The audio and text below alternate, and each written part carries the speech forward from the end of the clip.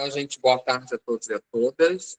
Bom, alguns de vocês já me conhecem, eu sou Marcos Reis, eu sou professor da Universidade Federal do Pará, e no momento eu estou doutorando no programa de Linguística e Literatura da Universidade Federal do Norte de Tocantins. Eu falo de Araguaína, Norte de Tocantins, por sinal, e nessa mais ou menos 2 horas de conversa nós vamos falar sobre artigo científico. Então, nesse material aqui, no nosso curso, a gente vai produzir um material a decorrer das nossas conversas e também, posteriormente, o enviar para o LPT e ele distribui para vocês, para os participantes, tá? Antes de começar, eu gostaria que vocês colocassem no bate-papo de onde vocês falam o curso de onde vocês falam e o curso de vocês, para eu ter uma noção quais são as áreas de vocês, tá? Local e curso. De onde vocês falam e qual a área de vocês, tá? Para eu conseguir direcionar o... Porque, assim, falar de artigo científico é muito geral, tá? Então, nós temos diferentes... cada área tem diferentes formas de apresentar seus trabalhos acadêmicos. Algumas áreas, elas têm artigo científico de 5 páginas, por exemplo, outras áreas têm artigos científicos bem distantes. Então, para evitar que a gente possa falar apenas de um tipo, a gente acaba tendo que ter uma noção do artigo científico, tá? Então, aí na tela está a minha apresentação, enquanto eu dou esse tempinho, eu vou mostrar para vocês alguns artigos científicos. Porém, é importante que a gente saiba o seguinte, gente, artigo científico, ele tem que ser produto de uma pesquisa. Essa pesquisa pode ser uma pesquisa bibliográfica, como é o caso de um trabalho de conclusão de curso. Geralmente, os trabalhos de conclusão de curso, de graduação, eles são mais simplificados. Geralmente, são trabalhos mais pontuais, trabalhos... Só um minutinho. Tá. Geralmente, são trabalhos mais pontuais, trabalhos de revisão, ok? TCCs. Agora, no caso de dissertação e tese de doutorado, são pesquisas que precisam ter uma certa originalidade. Então, ontem, na oficina de ABNT, perguntaram se todo TCC é monografia. Depende do curso, depende do projeto político-pedagógico do curso. Então, por exemplo, por que o LPT sempre oferece um curso sobre artigo científico? Porque o artigo científico, ele tende a ser o gênero mais usado na literatura acadêmica, nas mais variadas áreas, tá? Então, esse curso aqui é algo introdutório, é algo mais geral, para vocês terem uma ideia, uma noção sobre a produção de um artigo científico, porém, ele não resolve, né, o assunto ele não se esgota, porque é um assunto que requer muito exercício. Agora, o primeiro grande passo para a gente, quando a gente fala em artigo científico, é ler artigo científico. Muitas vezes o aluno nunca leu um artigo científico e ele precisa escrever um artigo científico. Então, ontem, na oficina de ABNT, eu falei, antes de ser autor numa revista acadêmica, é importante ser leitor de uma revista acadêmica. O que eu quero dizer com isso é que é preciso conhecer as revistas acadêmicas da sua área, tá? Então, vamos lá ver quais são as áreas que estão presentes aqui. Eu vou começar o último para o primeiro, né? Letras da Estadual do Norte, UNP, eu não conheço essa Universidade Estadual do Norte, do Paraná, eu creio que seja essa. A Pedagogia, tem um estudante de língua portuguesa do Uruguai, Biomedicina, do meu estado vizinho aqui, do Maranhão, francês, português do UFP, né, ou FPI, como eu falo, Biologia também, eu sempre em peso. Tem uma doutoranda da Bahia, enfermagem. Eu vou mostrar um artigo da enfermagem, por sinal. História, Primavera, conheço, uma cidade lá do interior do Pará. Eu moro em Bragança, no litoral paraense, por sinal. Mas também moro em Araguaína. Recife, capital de Pernambuco. Muita gente de letras. Sociologia. Muita gente de letras, pessoal de Minas Gerais está presente, pessoal do Piauí, do Maranhão, do Ceará, e mais, vamos ver aqui, Curitiba, Administração e Letras, Paraná junto, a Elaine está lá no Pará, mas estuda em Teresina, Então, assim, a grande maioria de letras, então vamos começar o seguinte, a gente vai, na nossa oficina, nós vamos primeiro ver o que é um artigo científico, para depois decodificar a sua estrutura e indicar caminhos de produção e escrita. A produção de um artigo científico depende da pesquisa que você está realizando. Então, se você está fazendo uma pesquisa, automaticamente o artigo científico ele é uma consequência dela. Tá? Então, é importante que tenhamos a consciência de que o artigo científico ele é consequência de uma pesquisa científica. Tá? Então, eu vou mostrar primeiro para vocês o artigo científico da enfermagem, que não é escrito na norma da ABNT, é numa norma chamada Vancouver. Ok? Deixa eu só organizar aqui o material. Então, a primeira parte do nosso curso, né, da nossa oficina, é ver artigos científicos. Tá? Por que eu digo ver e não ler artigo científico? Porque ler requer um outro trabalho. Tá? Seria preciso uma outra oficina sobre leitura de artigo científico. Uma coisa que é importante é o seguinte, gente, leitura não pode ser entendida como um sacrifício, mas como um exercício. Assim como você precisa alimentar seu corpo por meio da alimentação, você precisa tratar seu corpo por meio de exercício físico e de consultas médicas, tratamento médico às vezes, você precisa tratar a sua formação com leitura.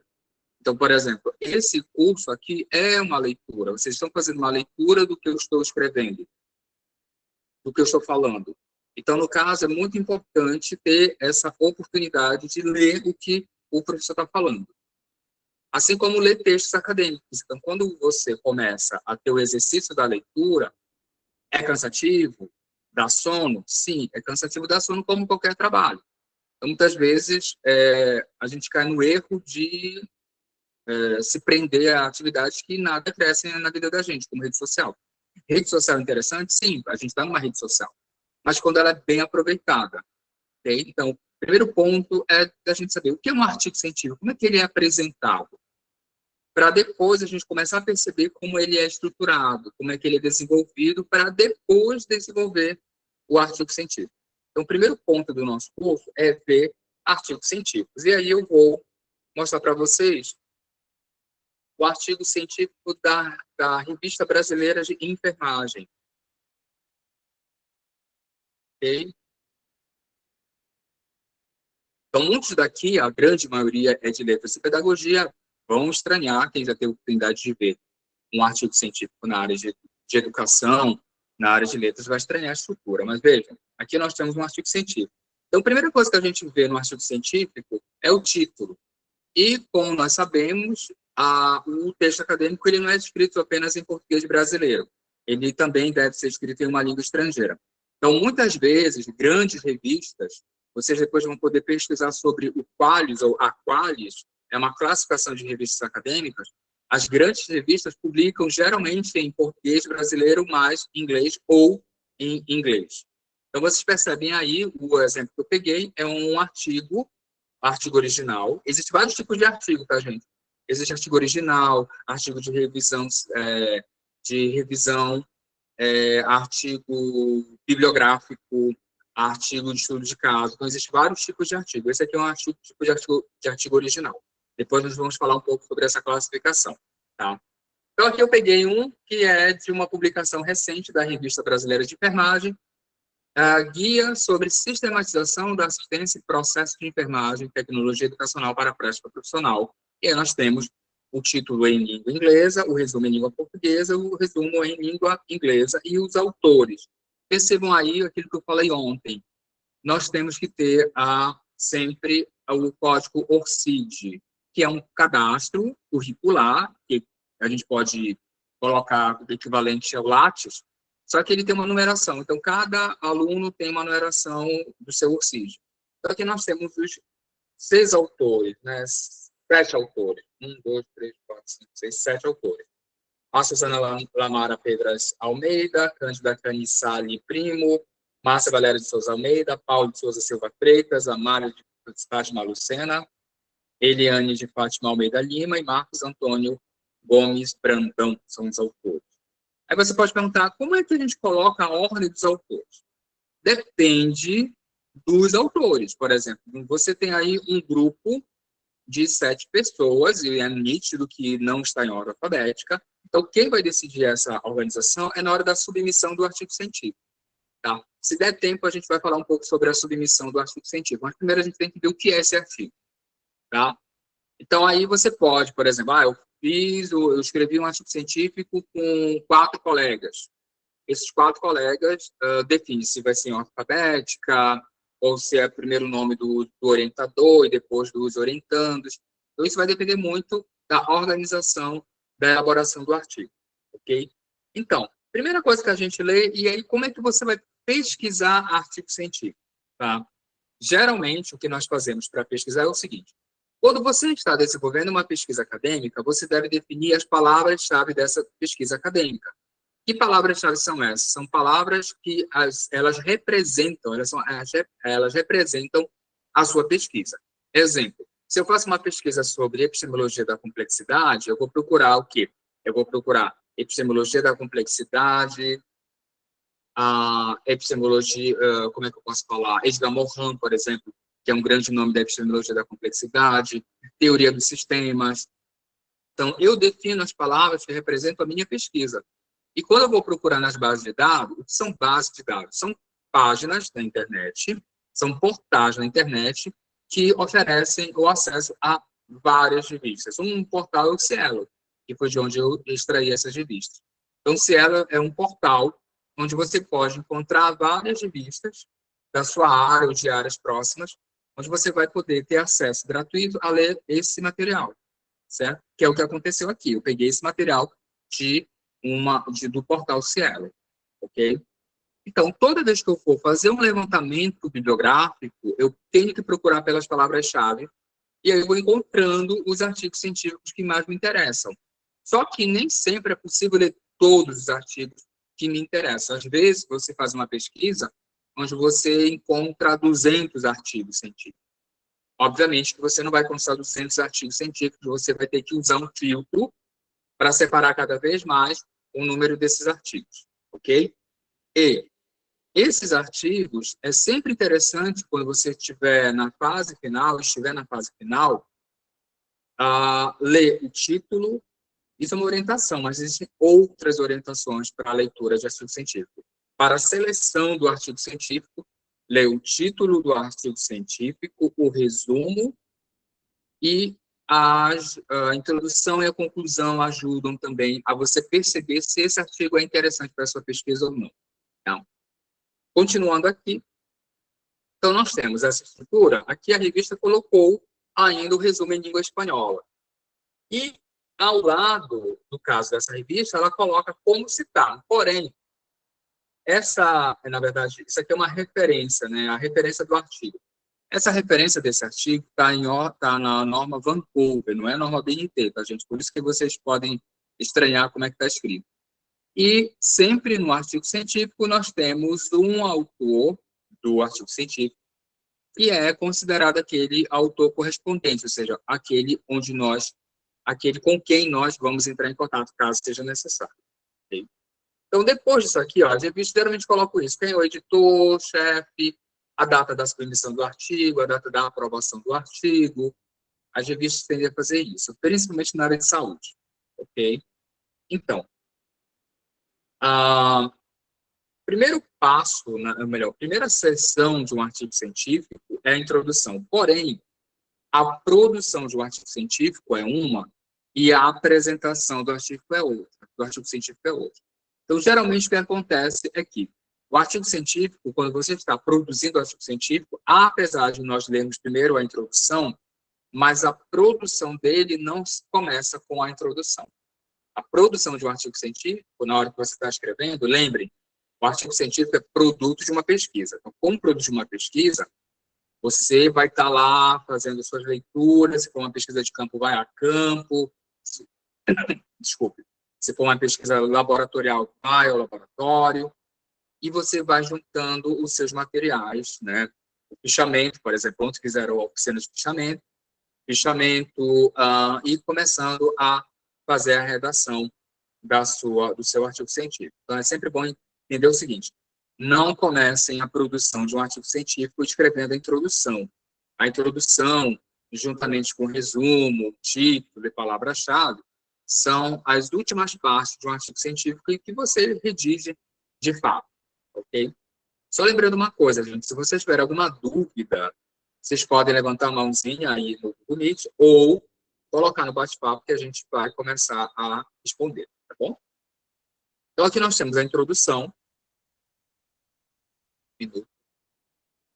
Nós temos a introdução de um trabalho acadêmico, e aí vem a parte de objetivo e métodos.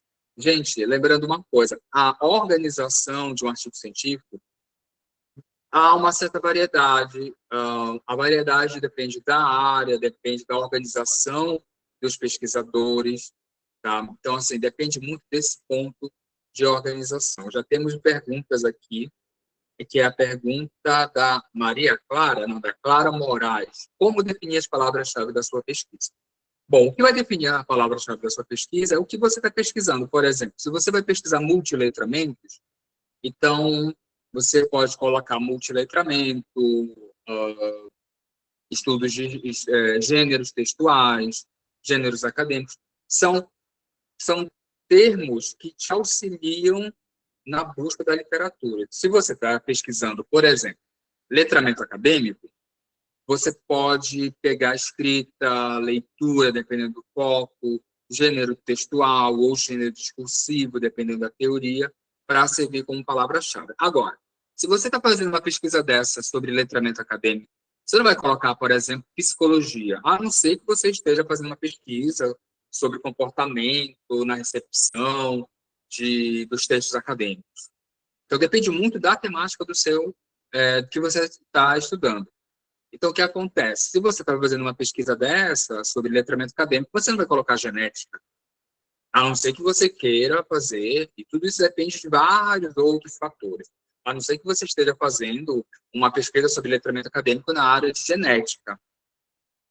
Mas se for, por exemplo, letramento acadêmico na área de psicologia, então, né, genética não faz sentido aí nesse caso, tá?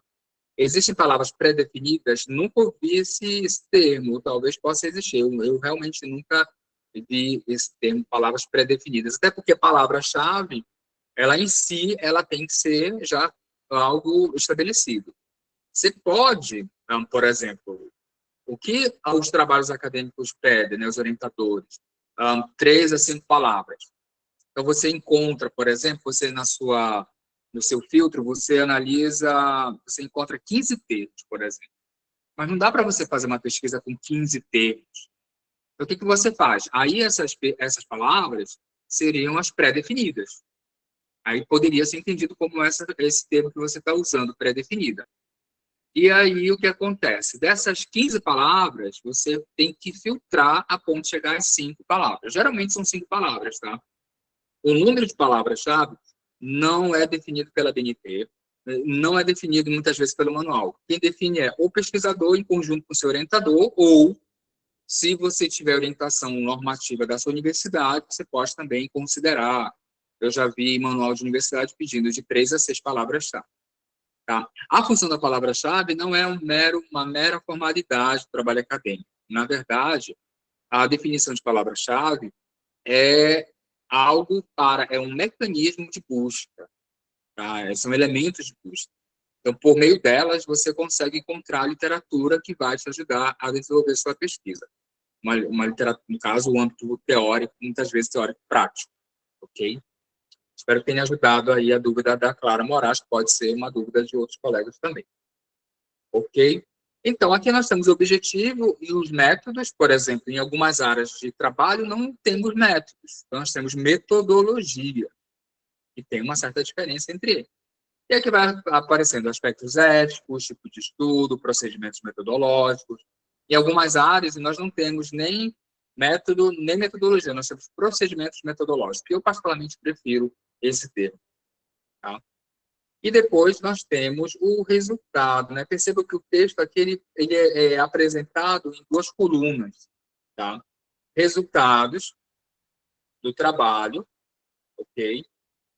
Aqui tem uma figura que fala sobre esse guia, sobre a sistematização da assistência de enfermagem e processo de enfermagem. Tem outros trechos desse guia, outras figuras do guia. Tem a discussão, tá? E depois aponta-se os limites de estudo. Lembrando uma coisa, gente, artigo científico, ele é uma literatura corrente. Então, quando você escreve seu artigo científico hoje, em 2023, daqui a 10 anos, você pode fazê-lo novamente, mas com uma atualização. É o que a gente chama de artigo de revisão. Você vai revisar o seu artigo. E aí nós temos uma coisa que é muito preocupante na literatura, que é o plágio. Às vezes você escreve um trabalho e você utiliza esse trabalho anos depois e esquece de dizer que aquele artigo, que aquele material já foi publicado numa versão anterior, esquece de dizer isso. É o que nós chamamos de autoplágio.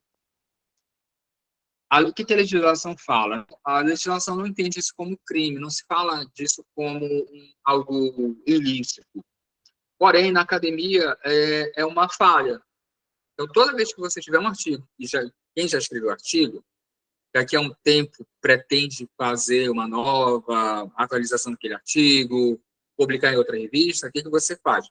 Você faz uma revisão, né, estrutural, de ABNT, ou de outra norma, uma revisão gramatical, discursiva, atualiza os autores, a literatura, publica novamente com uma nota de rodapé dizendo que aquele artigo ele já teve uma versão preliminar, uma versão já publicada, e que aquilo é uma nova versão dele, uma revisão, tá?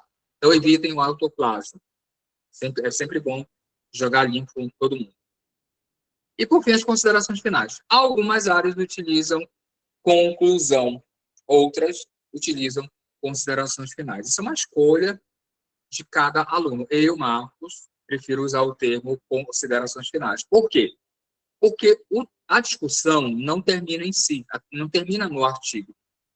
Então, o artigo, né? E aí explica por que no início, não sei se vocês lembram, mas no início, lá na primeira página, tem aqui, ó, autor correspondente, que é justamente para continuar essa discussão. Muitas vezes o aluno publica o artigo e acha que vai ficar lá, mas alguém quer conversar com o autor, alguém quer dialogar com o autor, algum leitor quer sugerir, sabe, alguma leitura, um outro autor, uma outra autoria. Então, isso acaba sendo uma maneira de você dialogar com seus pares, dialogar com outros pesquisadores. Tem algumas pessoas que não gostam, né? Tem algumas pessoas que acham que isso é uma afronta. Não é, na verdade, a ciência ela deveria ser um espaço de diálogo, não um espaço de ego, mas ela deveria ser um espaço de diálogo, ok? Então, nós vimos aqui essa estrutura de um artigo na área de enfermagem. E depois, né, sempre no final, nós temos as referências. Percebam aí que as referências são diferentes. Muitos aqui já viram a BNT. Vocês percebem que as referências são diferentes porque a norma desse artigo que eu estou mostrando para vocês é a norma Vancouver. Tá? Tem o nome dessa cidade canadense porque em 1976 houve uma reunião dos editores de revistas médicas e eles definiram orientações de normalização de formatação do trabalho científico nas áreas das ciências biomédicas. Por isso que a formatação é diferente, tá, gente? Então, vocês percebem aí que o sistema é o sistema numérico, tá? Então, isso aqui é um exemplo. Esse material, como ele é público, eu vou mandar também juntamente com as nossas anotações, certo? Então, nós vamos voltar lá para o nosso Word. Alguma pergunta? Se vocês quiserem, então, ver artigos. Observar. Então, vamos observar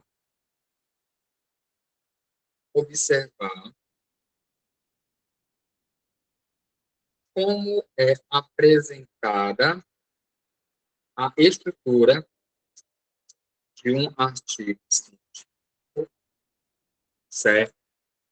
Observar a norma de formatação de um artigo científico. Aí, no caso, ver a seção diretrizes para autores no site da revista, okay? Certo? Observar como é preciso de estrutura de um artigo científico, observar a norma e formatação do artigo científico, definir a apresentação dos autores, do artigo científico, ok?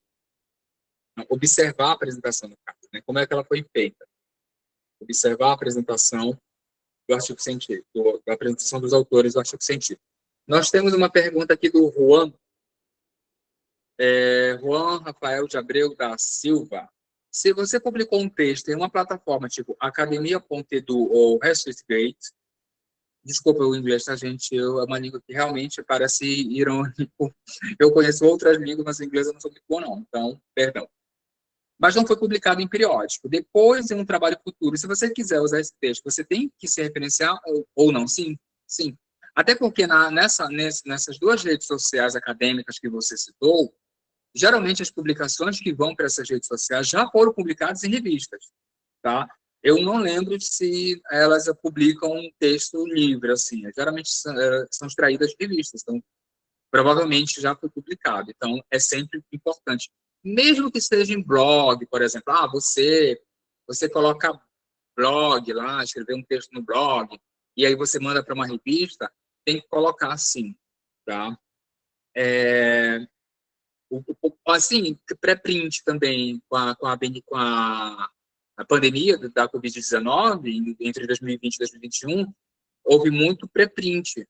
Para quem não sabe, pré-print é assim: você publica, você manda seu texto para uma revista, só que a demanda de publicação está gigante e ela coloca em pré-print, ou seja, nós poderemos ler esse texto, apesar dele não ter sido ainda devidamente revisado. O que acontece?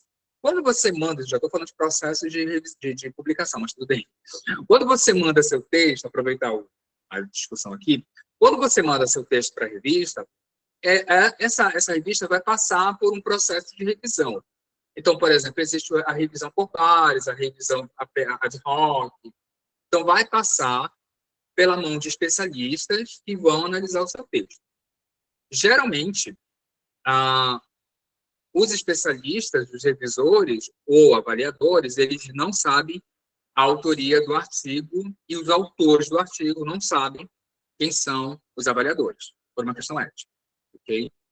Então, aí tem esse cuidado. Então, você pode, sim, mas sempre é bom indicar. Se você já publicou em algum lugar, independente de ser um lugar acadêmico ou de divulgação acadêmica ou de comunicação corrente, é sempre importante você indicar sim, ok? A Edilane Toledo pergunta, tem a norma APA? O que seria? A norma APA é uma norma da Associação Norte-Americana e Canadense de Psicologia. Ela é usada nas áreas de psicologia e também em algumas áreas das ciências sociais aplicadas, como a administração e a contabilidade. E foi bom a Edilane perguntar, porque o próximo artigo que nós vamos ver é na área de APA. Só um minutinho, gente. O artigo na área de... Melhor, o artigo no formato APA. Mais perguntas? Então, Edilane, eu acho que a Edilane deve ser da área de psicologia, né? Qual a sua área, Edilane? Coloca aí no bate-papo para a gente ver, por favor. Então, gente, nós vamos ver agora um outro artigo, mas na área de administração. Esse artigo, ele já segue uma outra norma, e vocês vão perceber que, independente da norma, a diferença da organização de sequência, ela vai mudar pouca coisa, depende muito da área. Por exemplo, aquilo que eu falei ontem na BNT. Existem áreas, como a administração, por exemplo, que nós não usamos muita citação direta. O leitor e o avaliador dessas áreas, ele espera que o pesquisador utilize mais do seu próprio discurso, que o pesquisador se mostre mais. Outras áreas, como a educação, a pedagogia, por exemplo, a área de linguística, a área de ensino e estudos literários, a psicologia, muitas vezes, já são áreas que, em algum momento, o pesquisador vai utilizar a citação direta. Que é a citação direta? Aquela que você copia do material e coloca no seu trabalho, indicando de onde você tirou, autor, ano e página. Porém, uma ressalva: cuidado com o excesso de citação, porque senão o seu texto pode virar uma coxa de retalhos ou um fichamento, só citação. Isso é muito cansativo, e quando nós passamos o trabalho no antiplágio, ele pode criar uma porcentagem muito alta de plágio. Então, tem que ter muito cuidado com a questão das citações, tá, gente? A Edilane comentou aqui no bate-papo. Ela é formada em letras e não sei se ela é doutora ou doutoranda em ciências sociais. As revistas que tenho buscado pedem a BNT e apareceu uma em APA. Ah, tá. Mas olha, veja, a formatação, ela, para pesquisa, para sua pesquisa, a formatação, ela não é problemática, tá? O que vai ser problemático é como você lê essa formatação. Por exemplo, na APA, o ETO é diferente da BNT. Então, se você não tiver tempo, você se confunde nas duas formatações. Mas são questões muito mais estruturais, tá? A grande questão, quando você busca artigo, é conseguir ser o mais enxuto possível, porque não dá para a gente ler, por exemplo, 200 artigos em 200 artigos. Você precisa fazer uma seleção ainda mais enxuta, né? E aí, sim, acho que o grande desafio é justamente essa seleção. E aí tem uma coisa muito importante, tá, gente? Isso vale para todos os acadêmicos, independente do nível de formação, graduação, mestrado ou doutorado, que é definir claramente os critérios de inclusão e exclusão, tá? Alguém já não ouviu falar disso? Ou todo mundo aqui já ouviu falar de critérios de inclusão e exclusão? Ontem no bate-papo. Tem alguém que todo mundo sabe o que é critério de inclusão e exclusão? Basicamente, então vamos lá. Alguns colegas ainda não ouviram o que é isso.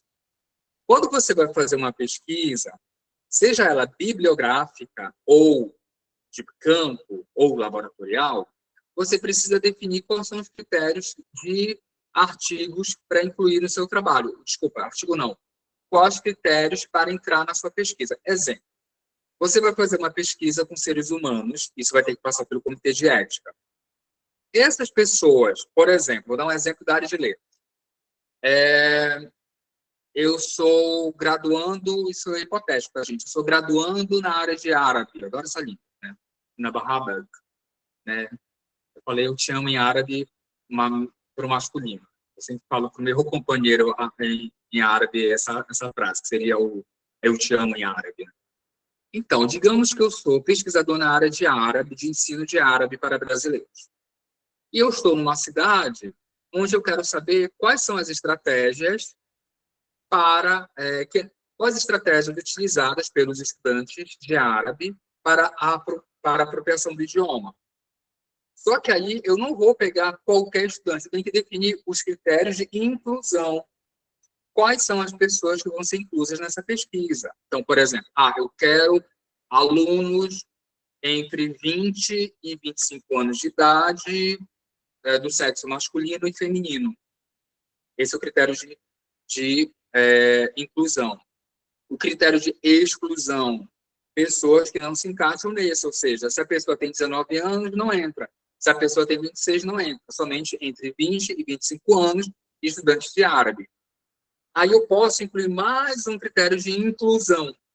Essas pessoas entre 20 e 25 anos, do sexo masculino e do sexo feminino, que estudam árabe há mais de um ano.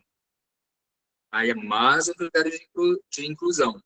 Então, o critério de inclusão são aqueles critérios que eu preciso definir para os aspectos, né, pessoas, o material que eu vou analisar, que eu vou trabalhar. Se for um material bibliográfico, por exemplo, um material documental, eu quero fazer um levantamento de casamentos heteroafetivos na cidade de Manaus, por exemplo, né? Então, critérios de inclusão. Primeiro, documentos que comprovam o casamento heteroafetivo. Segundo, o período entre 2010 e 2015. Tá? O terceiro, que os noivos, por exemplo, que o casal sejam pessoas naturalmente, de naturalidade amazonense, por exemplo. Então, o critério de inclusão é aquele critério que eu vou usar para incluir no meu trabalho. De exclusão são aqueles critérios que não vão me auxiliar em nada na pesquisa, tá, gente? Então, isso é a diferença do critério de inclusão e exclusão. Isso acontece isso não é artigo científico propriamente dito, isso é uma situação que ocorre no desenvolvimento da pesquisa que tem que aparecer no artigo científico, tá, gente? Então, o que eu falei para vocês não é algo somente do processo da pesquisa. Aconteceu na pesquisa, tem que aparecer no artigo científico. Seja critério de exclusão na seleção dos documentos, como a pesquisa documental, critérios de inclusão no caso de uma pesquisa bibliográfica, no caso de uma pesquisa de campo, tá? Vamos ver aqui outras perguntas. A Clara colocou: concordo que a definição desses critérios são muito importantes para evitar viés. Sim, sim. Viés é quando você tem, grosso modo falando, é quando você tem uma pesquisa onde ela deixa brechas, como, por exemplo, eu fiz uma pesquisa com estudantes de árabe. Tá, que estudantes? Qual o grau de escolaridade desses estudantes? Qual o sexo desses estudantes? Qual a faixa de renda desses estudantes? Qual a faixa etária? Então, os viés, eles são, digamos, apagados quando você deixa bem claro os critérios de inclusão. Isso te ajuda a ter uma pesquisa cada vez mais clara e objetiva, sem problema na interpretação do material, ok? A Zeneida coloca aqui, sim, itens obrigatórios para o comitê de ética, no caso dos critérios de inclusão. A Clara afirma que, ao mesmo tempo, definir eles é muito difícil. Sim, é difícil. É um exercício acadêmico, né? Faz parte da maturidade, então é preciso... Por isso que nós temos orientadores. São pessoas que já são mais experientes, que têm esse olhar mais aprofundado. O Vinícius Prudente tem um comentário e uma pergunta. Eu tenho uma dúvida. Não sei se você falará disso mais para frente. É sobre fazer artigos derivados de outros trabalhos, como relatórios de iniciação científica ou TCC, por exemplo. Nesse caso, como fazer para não cometer um autoplágio? É necessário fazer citações diretas em caso de textos transcritos desses trabalhos, ou escrever uma nota explicando que o artigo deriva de outro trabalho? Veja bem, essa pergunta dele é necessariamente necessária. Olha só. Quando você vai fazer um trabalho, por exemplo, um TCC sobre relatório de estágio, claro que o seu objeto vai ser o relatório de estágio, basicamente uma pesquisa documental, certo? Tudo isso você vai deixando claro no seu trabalho. Então, assim, a clareza te livra do plágio. Então, nesse caso, por exemplo, desse exemplo que eu estou dando, você deixa bem claro qual é esse relatório, quando ele foi desenvolvido, onde ele foi feito, tá? A gente tende a não expor o nome dos pesquisadores. Gente, é uma coisa assim, importantíssima. Se você vai fazer uma pesquisa numa escola, num hospital, com um grupo de pessoas, tem que passar pelo comitê de ética. E essa pesquisa, mesmo passando pelo comitê de ética, não se pode mostrar o nome da instituição sem a devida autorização. Tá? Então, tem que ter muito cuidado quanto a isso. Agora, pegando o outro caso que o Vinícius coloca aqui, se, por exemplo, se o Vinícius, o orientador dele, já publicou um texto e esse texto veio a ser o TCC do Vinícius, qual é a saída? Ele colocar em nota de rodapé que aquele TCC tem uma versão preliminar em formato de artigo publicado na revista tal. E aí você coloca a referência da revista, ok? E aí você não precisa você não precisa ter problema, você não vai ter, na verdade, problema com plágio, ok? Em relação às citações, se você pega uma informação que está num determinado local, tem uma autoria, tem que citar, tem que colocar o nome do autor. Exemplo, ontem um colega de doutorado perguntou assim: Marcos, é o seguinte, tem um colega meu que ele acha que pode falar assim mesmo, Paulo Freire afirma que a escola é X. Não é citação direta, apenas Paulo Freire afirma que a escola é X. Ele está usando as palavras dele. Legal, mas a citação indireta. Por quê? Porque ele precisa indicar onde o Paulo Freire falou. Como é que ele indica isso? Por meio da indicação do ano no texto e, na referência, indicando a fonte completa do texto. Aí você evita o plágio. Por exemplo, Se eu estou falando com vocês, eu começo a falar sobre modernidade líquida, porque nós vivemos a modernidade líquida, porque as relações não são tão sólidas. Isso não é do Marcos, isso é do Zygmunt Bauman. Então, em algum momento, alguém vai dizer, o Bauman fala isso. Né? Na escrita, o Bauman fala isso. Ou seja, o plágio é o quê? É quando eu falo uma coisa que não é minha e não dou o devido crédito. Então, quando eu falo de modernidade líquida, eu tenho que deixar bem claro, modernidade líquida, Bauman. O poder, né? Qual pensador que fala sobre o poder, sobre vigiar, sobre criticar? Michel Foucault. Qual autor que fala sobre o poder público, o poder privado, o âmbito público, o poder privado, o âmbito privado? Hannah Arendt. Então, assim, tem que estar bem claro quais são os autores que eu estou lendo. E aí, né, no caso, a pergunta do Vinícius, mas vale para todos nós, a gente acaba evitando o plágio. Bom? Então, gente, vamos dar uma olhada aqui nesse material da administração, para quem é da psicologia, administração, contabilidade. Então, vocês vão perceber que a aparência a aparência é mais da revista, mas a organização é muito parecida com a anterior, ok? Vejam, aquele primeiro é um artigo original. Esse aqui, a revista já colocou como artigo teórico empírico, ou seja, um artigo que... e tem um detalhe, tá, gente? Aproveitando a ocasião. O artigo original é aquele artigo que é o primeiro produto de uma pesquisa. O artigo de revisão, ele pode ser um artigo que já foi publicado e tem uma nova roupagem, ou um artigo de uma revisão sistemática ou integrativa. O artigo de revisão, ele pode ser tanto um artigo que já foi publicado por aquele grupo de autores ou por aquele autor, ou um artigo de revisão, que é aquele o quê? O artigo de revisão é, você tem uma pergunta de pesquisa e você vai procurar saber quais são as discussões sobre aquele assunto num determinado período de tempo, geralmente 5 anos, que caracteriza o que nós chamamos de estado da arte. Tá? Esse nome é bonito, né? Estado da arte ou estado do conhecimento. O que é o estado da arte ou estado do conhecimento? É nada mais do que você procurar saber o que está sendo falado naquela temática num dado período de tempo. Geralmente, esse período é de 5 anos. Então, por exemplo, eu quero saber quais são as discussões sobre letramento racial dos últimos 5 anos, 2023, 2022, 2021, 2020, 2019. Então, entre 2019, 2020 e 2023, eu quero saber o que se discutiu sobre letramento racial na área de linguística, por exemplo. Isso é o que a gente chama de estado da arte. Ou eu vou escrever um artigo de revisão. Eu vou revisar aquela temática dentro de um âmbito teórico, no exemplo que eu estou dando, linguística. Eu posso fazer isso, por exemplo, na área de psicologia, eu posso fazer isso, por exemplo, na área de política, ok? Ou de ciências políticas, tá? Então, a classificação do artigo depende muito do como ele foi, de qual tipo de pesquisa ele vem. Porque o artigo, gente, ele não é a finalidade, ele é produto de uma pesquisa.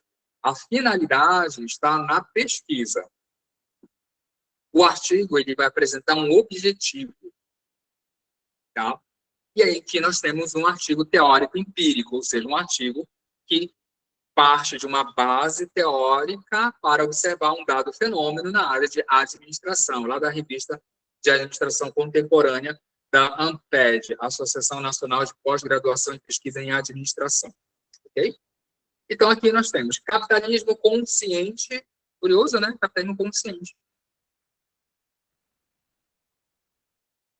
Que é curioso, capitalismo consciente e construção de relações humanizadas. Estudo em uma cooperativa de crédito sob a perspectiva do Sensmark. Tá? Né? Então, vamos lá. Tem a mesma coisa do anterior. Resumo, tanto em língua portuguesa brasileira ou em brasileiro, quanto em língua inglesa. E aqui nós temos os autores, tá, gente? Ó, Célia Dorigan de Matos Fornaleto, Alexandro Quadros Weimar, desculpa, gente, acabo misturando com o alemão, ou Weimar, sei lá, mas eu falaria como alemão, Weimar, e Raquel Dorigan Matos. Percebam que todos os nomes dos autores têm indicação de Orcide. Né? Lembram? Tem que ter o CIS, tá, gente? Você, quando tem que ter lá, tem que ter o CIS. Vejamos. E aqui nós temos aquilo que a gente já falou, tá? Autor correspondente. Aí tem o contato dos autores. Tá? Essa revista ela já é um pouco diferente daquela outra, né? Essa revista, ela mostra, aqui nessa parte de baixo, tá? Isso aqui não nos interessa, mas é interessante observar o seguinte. A revista está mostrando o processo de aceitação do artigo. Por quê? Não pense que você vai mandar o artigo e eles vão dizer, está pronto, ok. Não. Mesmo que o artigo esteja apto para ser publicado, muitas vezes você precisa alterar uma coisa ali, alterar uma coisa aqui. Então, tem vários diagnósticos. Às vezes, é artigo publicado com ressalva, artigo a ser publicado sem ressalva, artigo a não ser publicado, e sempre vem um feedback. Então, por exemplo, toda vez que você recebe um não, pegue esse não e procure saber por que eu levei um não. Isso vai fazer com que você melhore. Você não, assim, na hora é chato, né? Poxa, eu tive um trabalhão para escrever esse artigo e ele não foi aceito para publicação. Por que ele não foi aceito? Procure entender por que não foi aceito e aí você vai encontrar o que corrigir no seu trabalho. Isso vai ajudar você a ter um trabalho cada vez mais refinado, tá? E essa revista, ela coloca um ponto bem curioso, que é justamente um quadro onde mostra o vai e vem das revisões. Então, eu acho bem legal isso, porque a gente vê que não é uma coisa tão simples a produção de um artigo científico. No caso, a produção, mas a publicação não é algo tão rápido, né, tão pontual, ok? Então, aí você vai perceber o seguinte, ó, nós temos a introdução, que a gente viu no artigo anterior, tá? E aí, vamos começar a colocar aqui, eu vou começar a colocar lá no Word a questão da introdução. O que a gente pode colocar na introdução de um artigo científico? Tá? Indicar o contexto. Vocês não estão vendo aí, porque eu estou escrevendo hoje, mas depois eu vou mostrar para vocês. Indicar o contexto da pesquisa, as inquietações que levaram a pesquisar,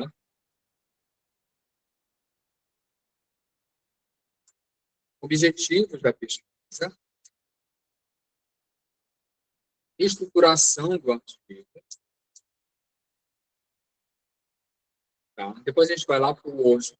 Mas aqui, basicamente, nós temos a introdução. A introdução, algumas áreas, por exemplo, na área de enfermagem, na área de domésticas, eles têm uma estrutura chamada IMRD. IMRD é Introdução, Método, Resultados e Discussão.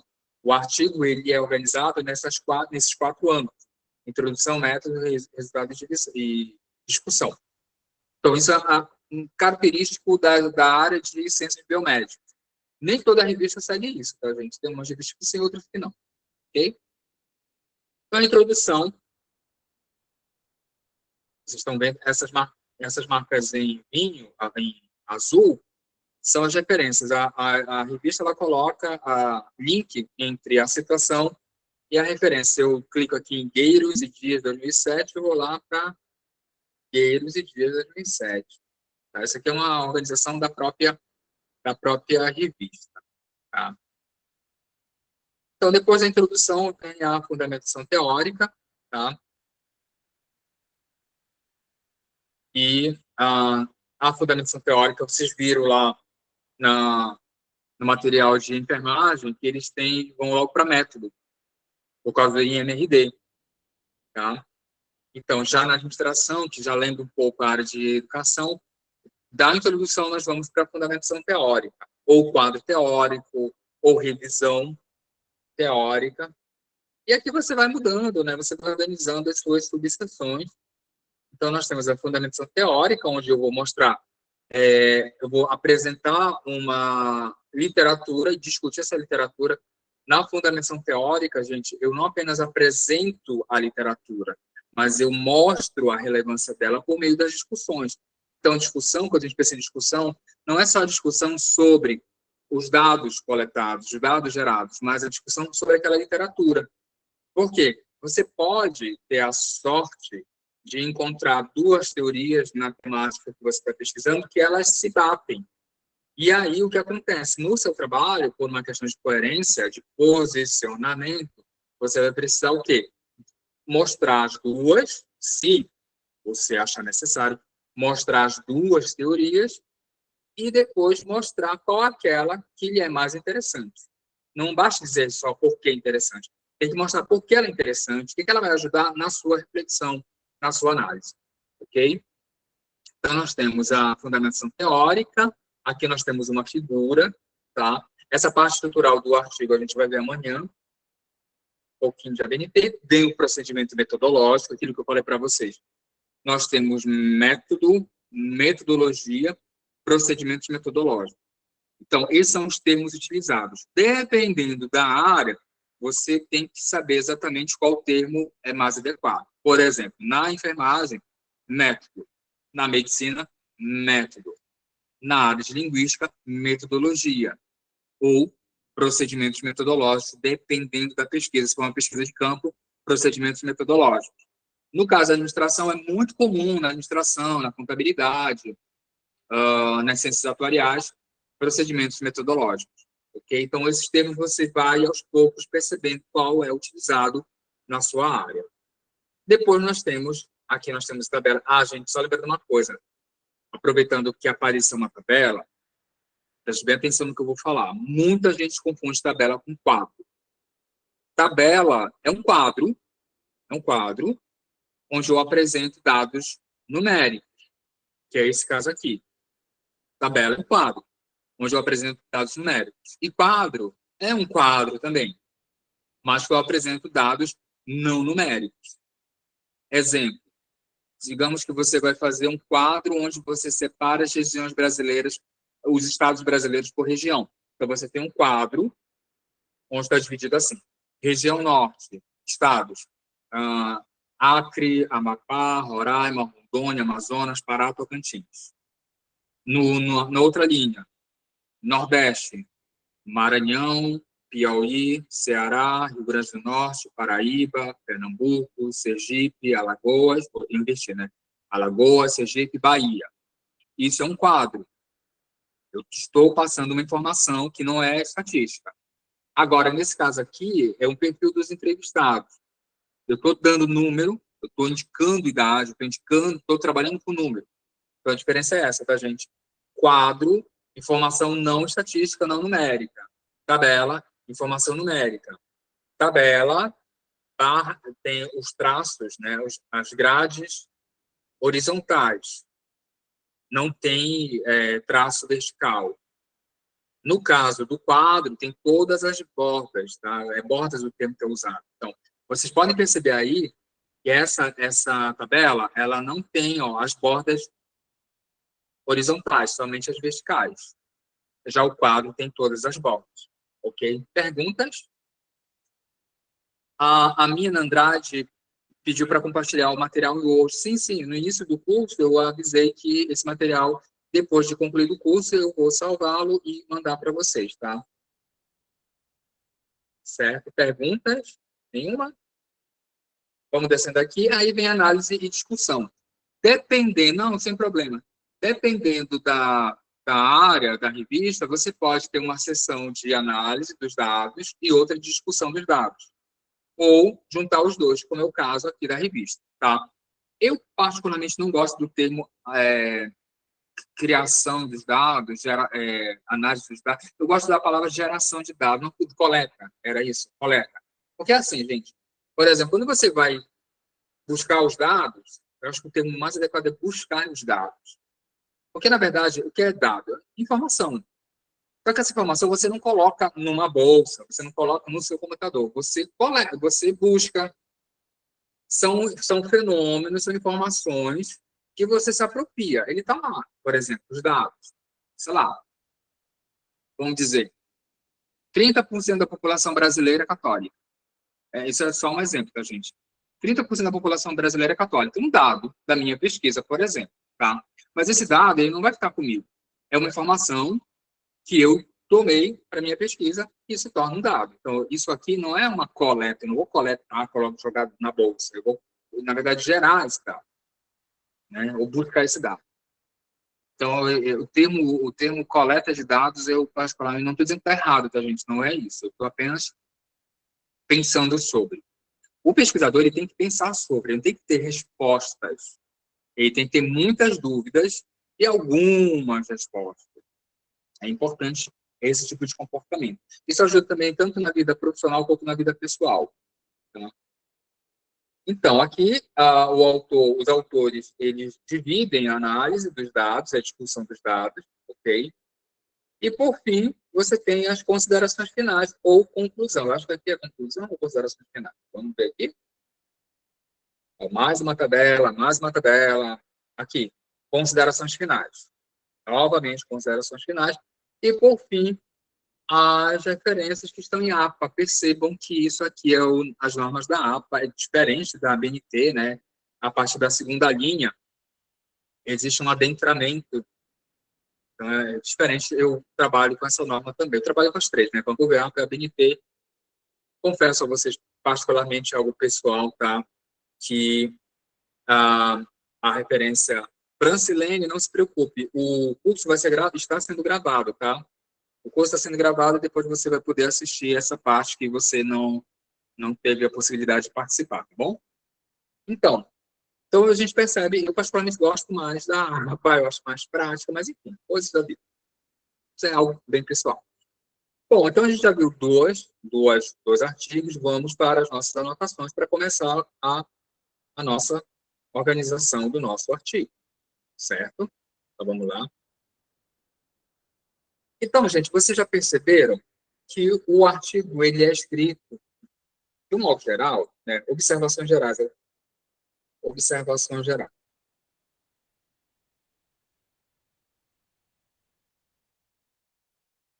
Vamos lá. A extensão do artigo depende das normas definidas pela revista. Então, por exemplo, a revista pode seguir a ABNT, por exemplo, a revista pode seguir a APA, só que essas normas, elas não definem a extensão do artigo científico. Então, você tem revista na área de biologia que pede 5 a 10 páginas, revista que pede de 10 a 20, de 15 a 30. Então, a extensão do artigo depende das normas definidas pela revista. Assim como o sistema de citação e referência deve ser observado nas orientações para autor que estão contidas no site do periódico. Tá? Isso aqui é uma outra situação que você tem que ficar atento. Tá? Então, o sistema de citação e referência, como é que, por exemplo, tem revistas que não aceitam citação direta, somente indireta. Tem revista, como é o caso da Revista Brasileira de Enfermagem, e o sistema é numérico, então não tem indicação do autor. Tá? Então, tem que ter essa observação, tá, gente? Que mais? Tá? Observar, é, verificar, como é que eu posso falar aqui? Eu quero falar para vocês sobre o escopo, tá? O escopo da revista. O escopo da revista deve ser observado, deve ser observado. Por exemplo, tem uma revista chamada Bakhtiniana. Tem uma revista chamada Bakhtiniana. O escopo dessa revista é trazer trabalhos que discutem a teoria bakhtiniana, né, discursiva. Então, o que acontece? Mas eu tenho um trabalho sobre sociolinguística, que é uma área, também uma das áreas da linguística. Eu vou mandar para a revista bakhtiniana? Não. Não, eu vou mandar para uma revista de sociolinguística. Eu tenho um artigo sobre química orgânica. Eu vou mandar para uma revista de genética? Complicado, né? Então, é preciso saber exatamente qual é o tipo de artigo que aquela revista publica. Se é viável mandar aquele artigo para aquela revista, tá? Só vou pedir para você dar alguns segundos para tomar uma água, já volto, tá bom? Então, gente, voltando aqui, tem um comentário no bate-papo, tá? O Isaías reforça que todas as gravações, antes de serem enviadas, passam por um processo de edição, isso demora um certo tempo, e quando elas estiverem ok, a gente manda, né, no caso, o LPT manda para vocês. A Francelina pergunta, é possível converter o TCC em artigo científico? No caso, deverá ser feito um enxugamento? Isso? Depende, olha só. Tem alguns trabalhos de conclusão de curso que eles são escritos em formato de monografia. Geralmente, o formato de monografia é um formato um pouco extenso. E aí, nesse caso, você precisa reduzi-lo, porque as revistas tendem a ter uma publicação mais enxuta. Tá? Mas depende muito. Por exemplo, tem TCCs que eles já são escritos em formato de artigo. Então, esses TCCs que já são escritos em formato de artigo, o que você faz? Você apenas consulta a revista, formata de acordo com a revista e envia. Lembrando sempre, gente, se o seu TCC é um artigo e você vai mandar para uma revista, é fundamental que você informe a revista que o trabalho já foi defendido, que foi um TCC, que está no formato de artigo, sempre é importante fazer isso, tá? Mas, de qualquer modo, independente do seu TCC ter sido um artigo científico como monografia, você vai ter que sempre fazer um refinamento no material, tá? É sempre bom ter esse refinamento no material, ok? Então, se publicado, tá? Se é esse caso que a Francelina apontou, né? Se publicado anteriormente, o artigo deve deixar claro esta informação, tá?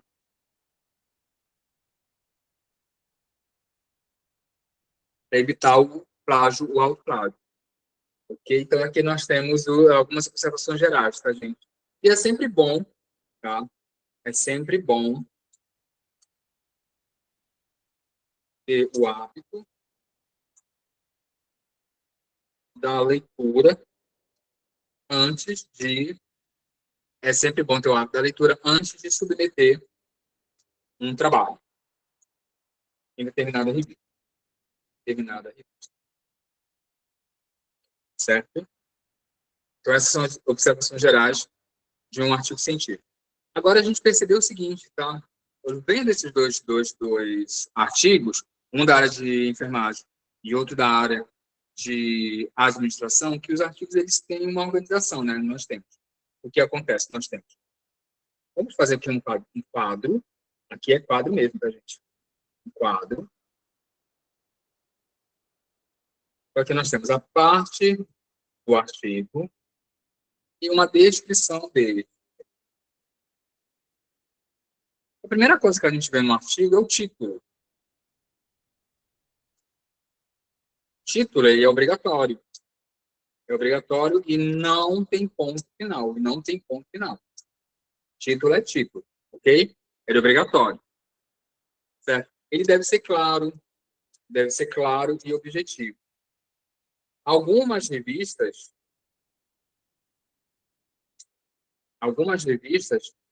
definem limite do número de palavras, ok? Algumas revistas, elas definem, por exemplo, tem revistas que pedem 15, 20 palavras, tem outras que não definem. Então, é uma coisa que deve ser observado nas orientações para os autores, tá? Então, o título é obrigatório e não tem ponto final, deve ser claro e objetivo. Algumas revistas definem limite do número de palavras e deve-se evitar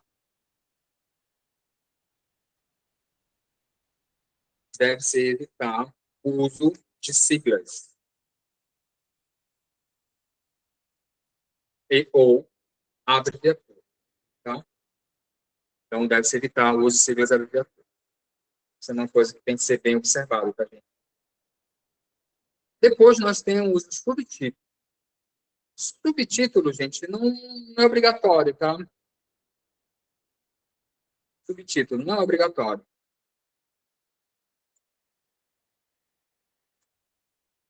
é obrigatório e as demais orientações devem ser iguais às do título, tá?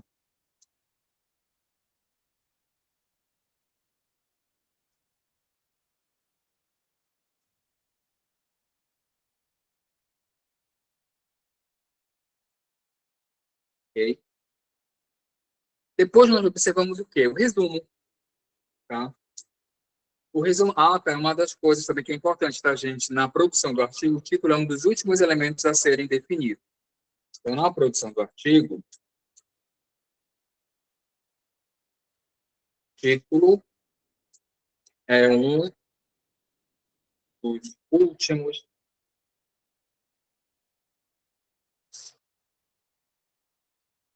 elementos a serem definidos.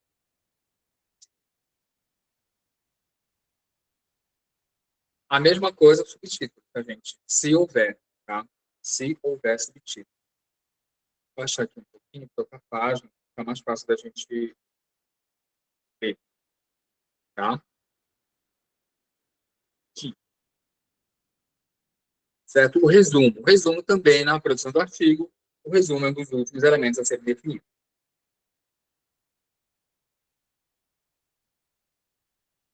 Geralmente, tá? No caso do artigo, normativamente falando,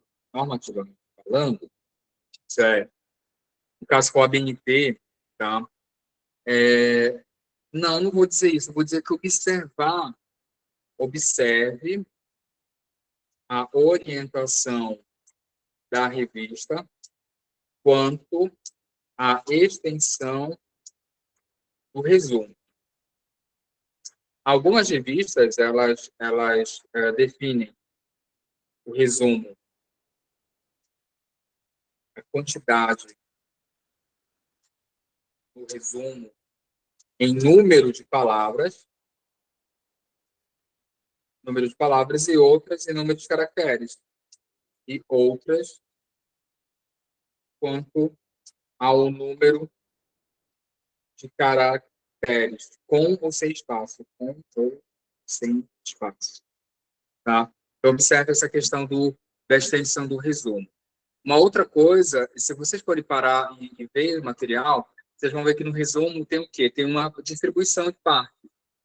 Introdução, desenvolvimento, conclusão. Vou abrir aqui novamente para vocês perceberem isso lá no artigo da administração. Só um minutinho.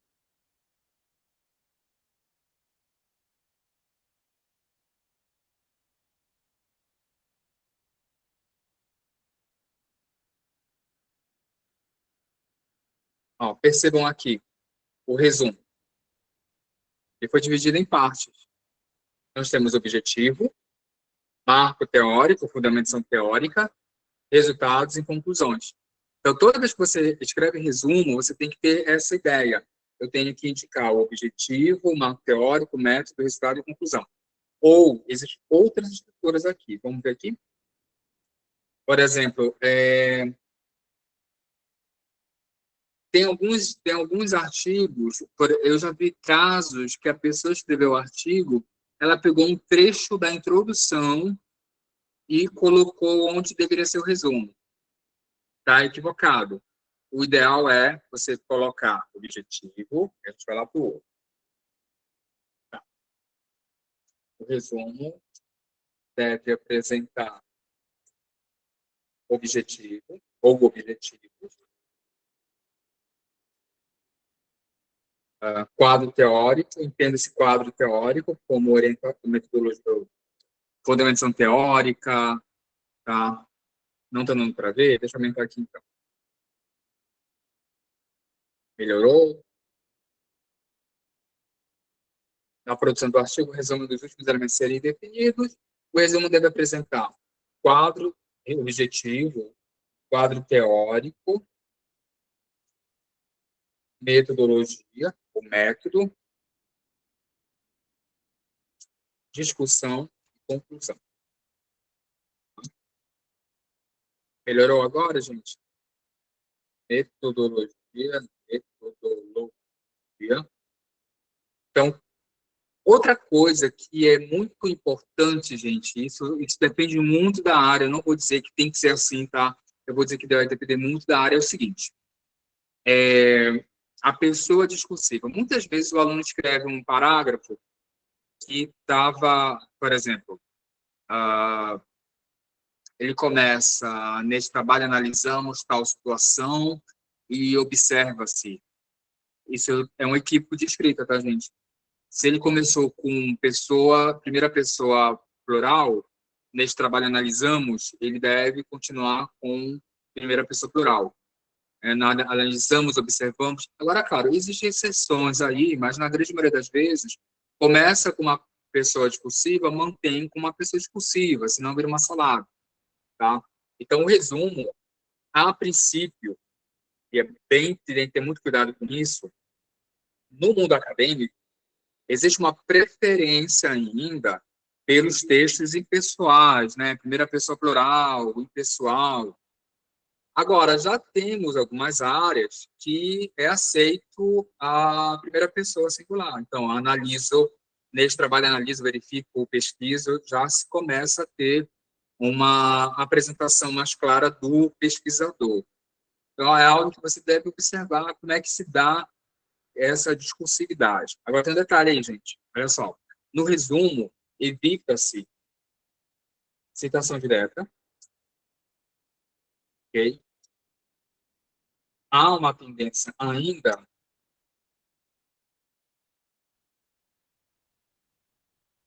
do uso do impessoal ou primeira pessoa plural. O uso da voz ativa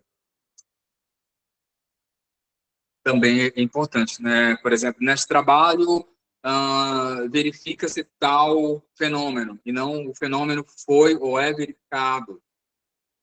Eu tenho que ter esse cuidado também, tá, gente? Então, no resumo, já viram que no resumo tem muita coisa, certo? Então, essa parte é a parte de resumo. Agora, o resumo em língua estrangeira, eu uso o nome língua estrangeira porque a própria BNT não define o inglês como língua. É a única língua a ser usada no texto, tá? Então, basicamente, é a tradução do resumo para outra língua. Deve-se observar quais são os idiomas, deve-se observar quais são os idiomas solicitados pela revista. Eu sou, sei lá, eu sou iraniano, falo persa, escrevo persa, alfabetizado em persa, e vou mandar um trabalho e eu mando o resumo em português e o resumo em estrangeiro em persa. Mas a revista não aceita. Tem que ter esse cuidado, tá, gente? Então, por exemplo, eu sou fluente em francês, a revista aceita o resumo em francês? Então, manda em francês. Tá? Tem que ter esse cuidado, ok? Então, basicamente, o resumo em língua estrangeira é a tradução. Agora, tem um detalhe, gente, muito cuidado com os termos técnicos. É sempre bom o tradutor saber adequadamente quais são os termos utilizados de uma língua para outra. Porque, às vezes, na nossa língua é de um modo e na outra é de outro modo, totalmente diferente. Tá? Certo? Perguntas? Alguma pergunta? Um comentário?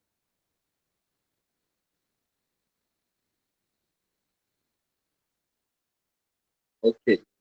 Qualquer coisa vocês podem colocar no bate-papo ou levantar a mãozinha, quero ouvir a voz de vocês depois, tá bom?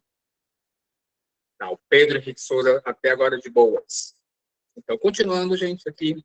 Depois de vocês viram as palavras-chave, tá? Vale lembrar, gente, que as palavras, se você tem resumo em língua portuguesa brasileira, você tem resumo em língua estrangeira. Você tem palavras-chave em língua portuguesa brasileira, você tem palavras-chave naquela língua do resumo, tá, gente? Pelo amor de Deus. Não vai fazer como uma pessoa que eu conheço, que ela mandou ou ele mandou um artigo para uma revista, e ele não é o seguinte, o resumo dele era em espanhol e a palavra-chave estava em inglês. Não pode, é padrão. Se o resumo é em inglês, as palavras-chave em inglês. Se o resumo em língua estrangeira, a língua escolhida foi o espanhol, as palavras-chave devem ser em espanhol. Tá, gente? Então, por favor, não façam isso. Essa salada de idiomas no caso dos termos em língua estrangeira. Então, as palavras-chave, o número de palavras-chave depende do periódico, tá? Depende do periódico. Periódico eu falo a revista, tá, gente? Então, por exemplo, tem revista que diz assim, tem que ser de 3 a 5, tem que ser de 3 a 6, tem que ser de 2 a 5, tá? Observe também a tipografia de divisão.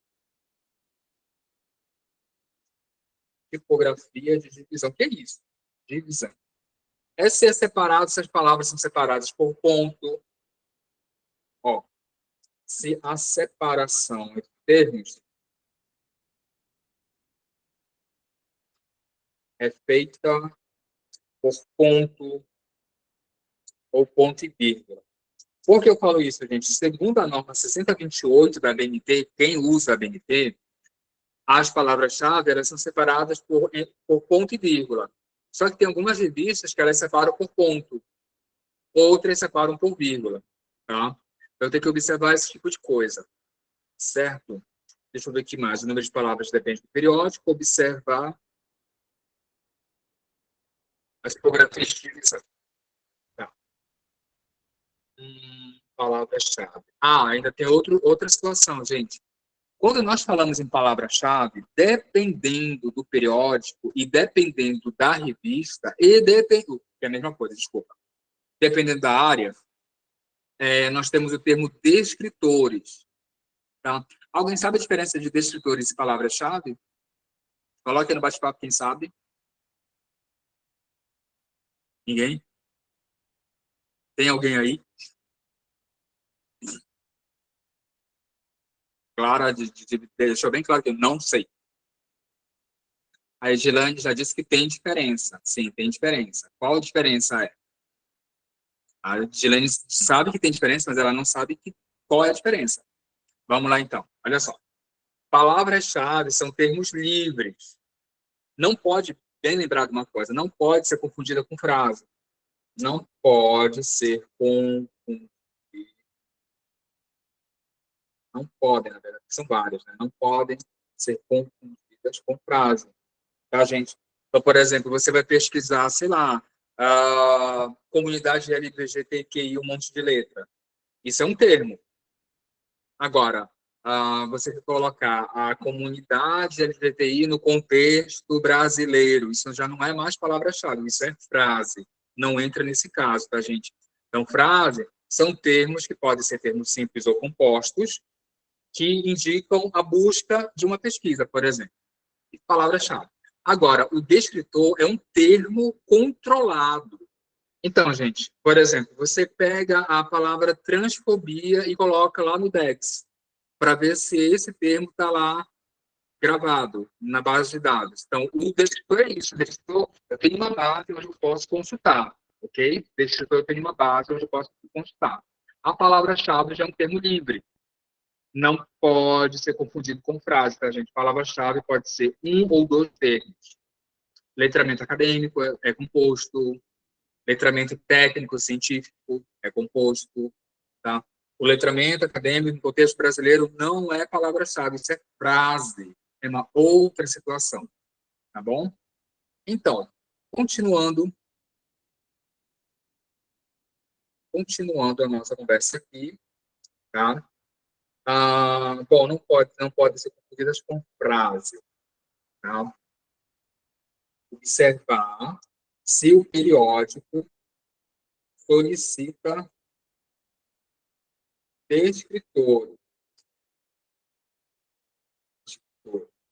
e qual a base de dados para buscar esses descritores, se for o caso, tá? Se necessário.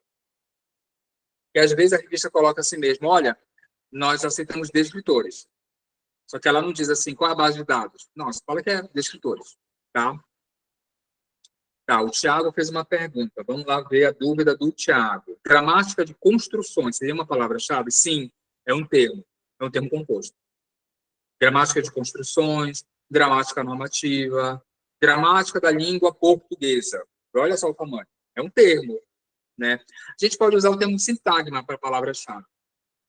Aí é um termo que casa bem com a proposta, sintagma, ok? Mas essa dúvida do Thiago é uma dúvida, faz todo sentido. Nesse caso, no exemplo que ele trouxe para nós, é palavra-chave, tá bom? Obrigado. Então, gente, mais alguma dúvida sobre palavra-chave? Posso continuar?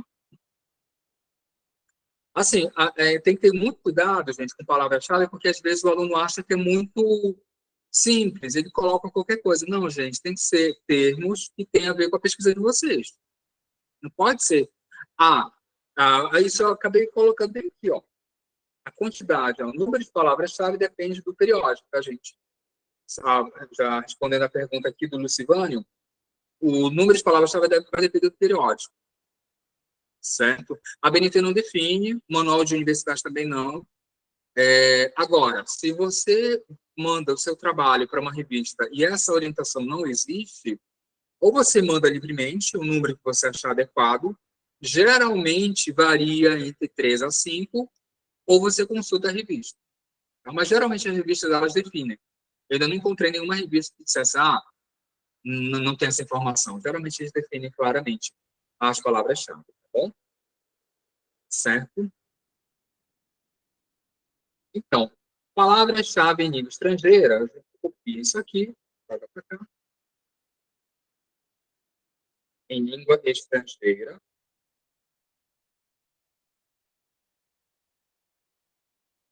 Novamente, o número de palavras-chave depende do periódico, observar a tipografia de divisão, não pode ser confundidas com frase. E tem um detalhe aí, tá, gente? Ficar atento à tradução adequada dos termos, tá?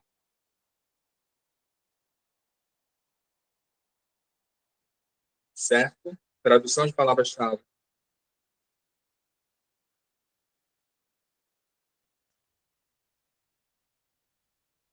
É interessante, por exemplo, a gente ter acesso a dicionários técnicos. Quando nós temos acesso a dicionários técnicos, fica mais fácil da gente consultar, fazer até definir as palavras-chave, ok? Então, isso aqui, gente, é o que nós chamamos no artigo científico de elementos pré-textuais. São os elementos que vêm antes do texto. Tá? E agora nós vamos começar a falar sobre o texto do trabalho acadêmico, certo? Vou passar aqui para outra página. Deixa eu aproveitar. Tá, vamos lá. Então, a primeira parte do trabalho, como é que o trabalho acontece, né? O artigo científico ele é dividido em introdução. Isso aqui que eu vou fazer, gente, é algo mais geral, certo? Mas pode mudar de uma área para outra. Uma coisa que é certa, sempre um artigo científico, ele tem introdução e ele tem conclusão, ou ele tem considerações iniciais e considerações finais. O meio de campo, né, usando um termo mais do futebol, o meio de campo já é um pouco alterado de uma área para outra, de uma sub-área para outra. Tá? Então, vamos lá. Introdução, e depois nós temos o quadro teórico, que pode ser entendido como fundamentação teórica,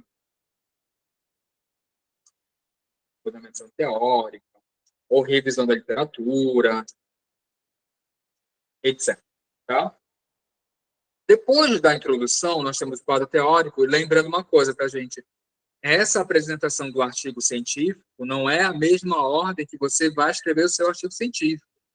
A produção escrita do artigo científico é uma situação e a apresentação é outra. São a mesma coisa, só que você vai escrever uma das últimas coisas a serem escritas, definidas, revisadas, é a introdução. Tá? O processo da escrita é um, e quando a gente vê o produto é outro. Tá? É a mesma coisa, só que a ordem do processo é uma, a ordem da apresentação é outra. Certo? Então, depois da introdução, nós temos o quadro teórico, a metodologia ou procedimentos metodológicos, dependendo da área, pode ser método, não lembro o termo agora, tá?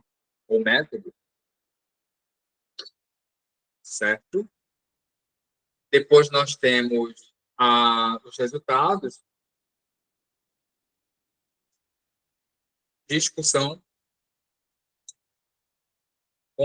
conclusão ou considerações finais.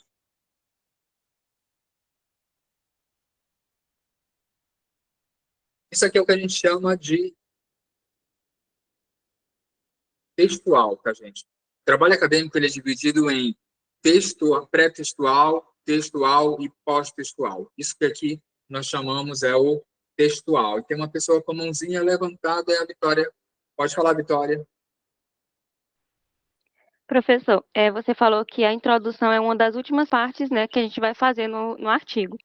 Então, considerando assim, a estrutura do artigo, seria interessante a gente começar pelos objetivos, metodologia, discussão, e depois ir para essa parte mais do referencial e introdução?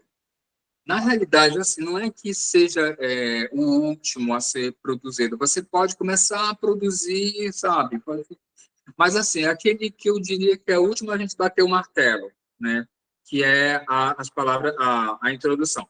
Essa parte de objetivo que você falou, cabe ao pesquisador, se ele coloca em uma seção à parte, o objetivo geral, o objetivo específico, justificativa, ou se ele coloca dentro da introdução, tá?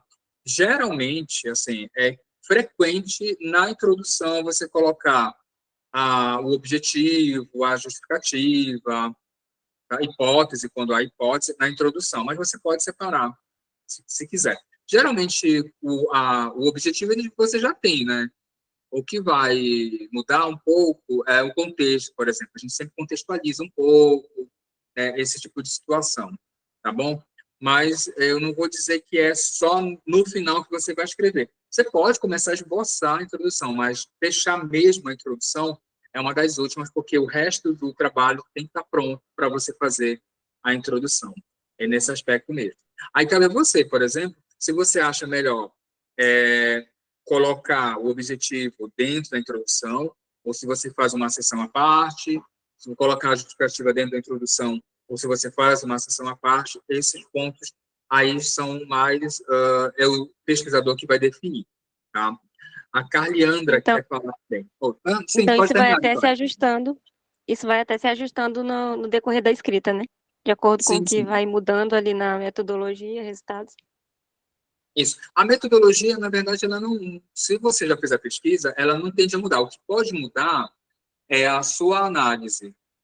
Na interpretação da análise, você pode mudar algumas coisas. Mas a metodologia, se você já bateu a metodologia, né, no caso do artigo científico, você pode, dificilmente você vai alterar a metodologia, é mais fácil alterar a análise e a discussão. Tá? Certo? Carleandra? Professor, em algum momento, a possibilidade dos resultados de discussão de um artigo vir em sessões diferentes? Pode, pode. Mas aí vai muito. Isso aí é muito estético, eu diria. Por exemplo, você apresenta o resultado numa sessão e depois você coloca em outra sessão a discussão. Ou você coloca todo mundo junto. Então, não tem diferença. Na realidade, é muito mais uma escolha do pesquisador, tá? É muito mais uma escolha do pesquisador. Eu já vi trabalhos que é assim. A pessoa coloca o resultado com os gráficos, as tabelas, os quadros, e a discussão é só texto, entendeu? E a gente faz isso. Tem gente que não, coloca todo mundo junto, assim, o resultado junto com a discussão, né? Então, aí é uma questão da escolha, depende do estilo do pesquisador, depende da escolha do pesquisador. Então, não há nada de errado se você coloca tudo junto, tá? Pode ser...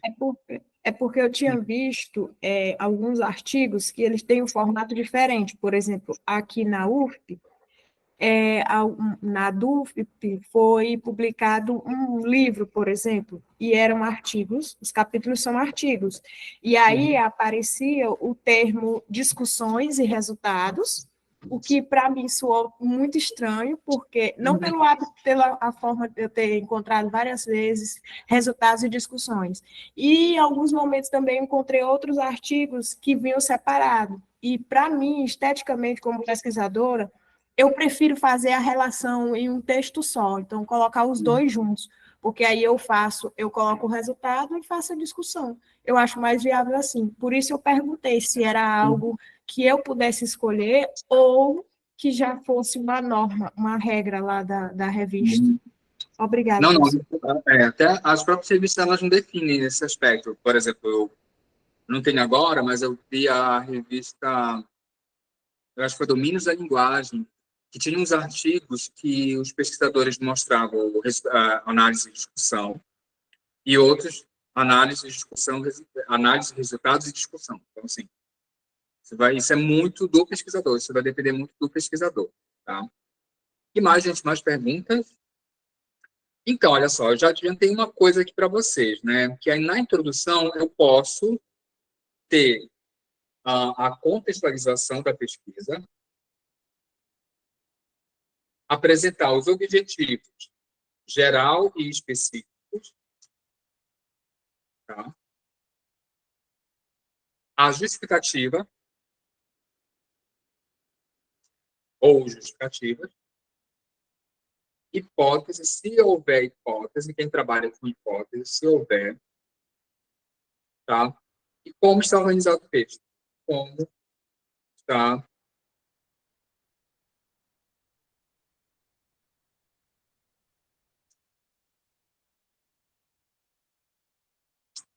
Geralmente, essa parte, como está a organização do artigo, é uma parte mais no final da introdução, tá? Então, assim, gente, você pode, dessa parte da introdução, nós podemos criar outras sessões para objetivo, justificativa, tá? Hipótese, eu não trabalho com hipótese, né? Mas quem trabalha pode colocar na introdução, tá? Então, o que a gente pode evitar, tá? Na introdução, evita-se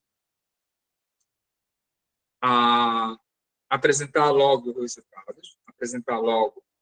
resultados, apresentar também, apresentar logo os resultados, citações diretas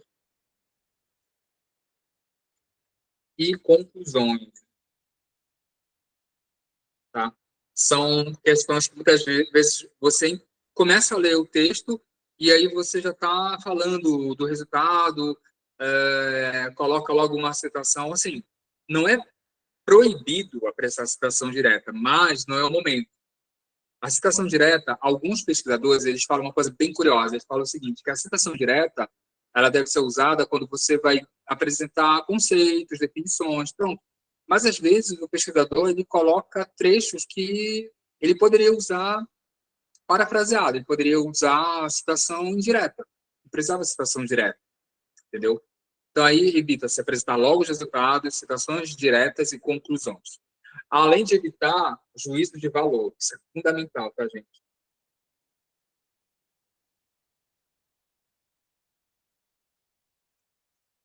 Eu já li um texto onde a pessoa falava sobre racismo, e do nada, na introdução, do nada, ela começava a falar sobre nazismo, né? E aí ficou uma coisa meio desconectado, porque ela estava falando sobre o racismo num dado âmbito, num dado período, que era Brasil, num determinado espaço, e aí ela, de repente, começa a falar de nazismo, e quando volta, ela não faz um link, porque ela falou de nazismo e vinculou com racismo. Não, ela falou de nazismo, ponto. Aí eu fiquei sem entender, teve que ser tirado do texto porque estava sem sentido. E era um texto de juízo de valor, não era algo assim que, dentro de uma perspectiva teórica, aquilo ia contra os direitos humanos. Era unicamente a opinião da pessoa. Então, tem que, mesmo de um modo geral, a gente sabendo que é uma postura inadequada para o mundo que a gente vive, para o mundo que a gente quer, mas a gente precisa ter uma postura numa perspectiva dos direitos humanos, numa perspectiva psicológica, numa perspectiva teórica, e não unicamente de senso comum, de opinião livre, tá? Fizeram um comentário, vamos ver qual é o comentário. O Tiago, fiquei curioso agora. Em que contextos e condições metodológicas podemos conduzir uma pesquisa sem uma hipótese norteadora? Olha só, o que é uma hipótese? Uma hipótese é uma certa conclusão, uma certa verdade, entre aspas, com algo que você acredita com base na sua experiência, com base na sua observação, diante de um dado fenômeno. Isso é uma hipótese. Grosso modo falando, isso é uma hipótese. Ok? E aí um bom exemplo é estágio, né? Você foi para o estágio e você acredita numa determinada situação. Ponto. Certo? Então, que daí criou uma hipótese. E aí você vai desenvolver sua pesquisa para confirmar aquela hipótese. Aí nós temos um problema, porque às vezes você tem uma hipótese e você tem um objetivo que não casam. Entendeu qual é o perigo? Então, assim, não estou dizendo que não pode ter hipótese, mas tem algumas pesquisas que realmente não... A hipótese ela não faz falta, porque o teu objetivo é entender aquele fenômeno. A hipótese seria, eu tenho uma coisa ali que eu acredito, mas que eu vou confirmar, né? E aí a gente fica pensando, né? Qual a necessidade da hipótese? Você está entendendo? Então, assim, depende da pesquisa, depende da perspectiva teórica do pesquisador, porque tem hipóteses que não tem, tem áreas que a hipótese não faz parte. Por exemplo, na minha área de pesquisa, que é a epistemologia da complexidade, nós não temos diálogo. Não, o termo diálogo existe. A gente não tem o termo ideologia, nem o termo... Não é que a gente não tem, na verdade, a gente não trabalha com o termo ideologia, nem com o termo hipótese, porque a gente não cria uma crença sobre. Crença entre aspas, gente, é o termo mais próximo que eu estou encontrando agora. A gente não cria, não desenvolve a gente não acredita numa determinada situação que acontece, e sim, a gente vai conhecer a situação para fazer uma dada análise, tá? Vamos ver aqui na fila quem quer falar. Primeiro é a Carleandra. Vamos lá, Carleandra. Professor, essa questão da hipótese, como o senhor colocou, que é algo que a gente já tem um conhecimento prévio, uma vivência, ela pode interferir na construção de um juízo de valor? Com certeza. Interfere.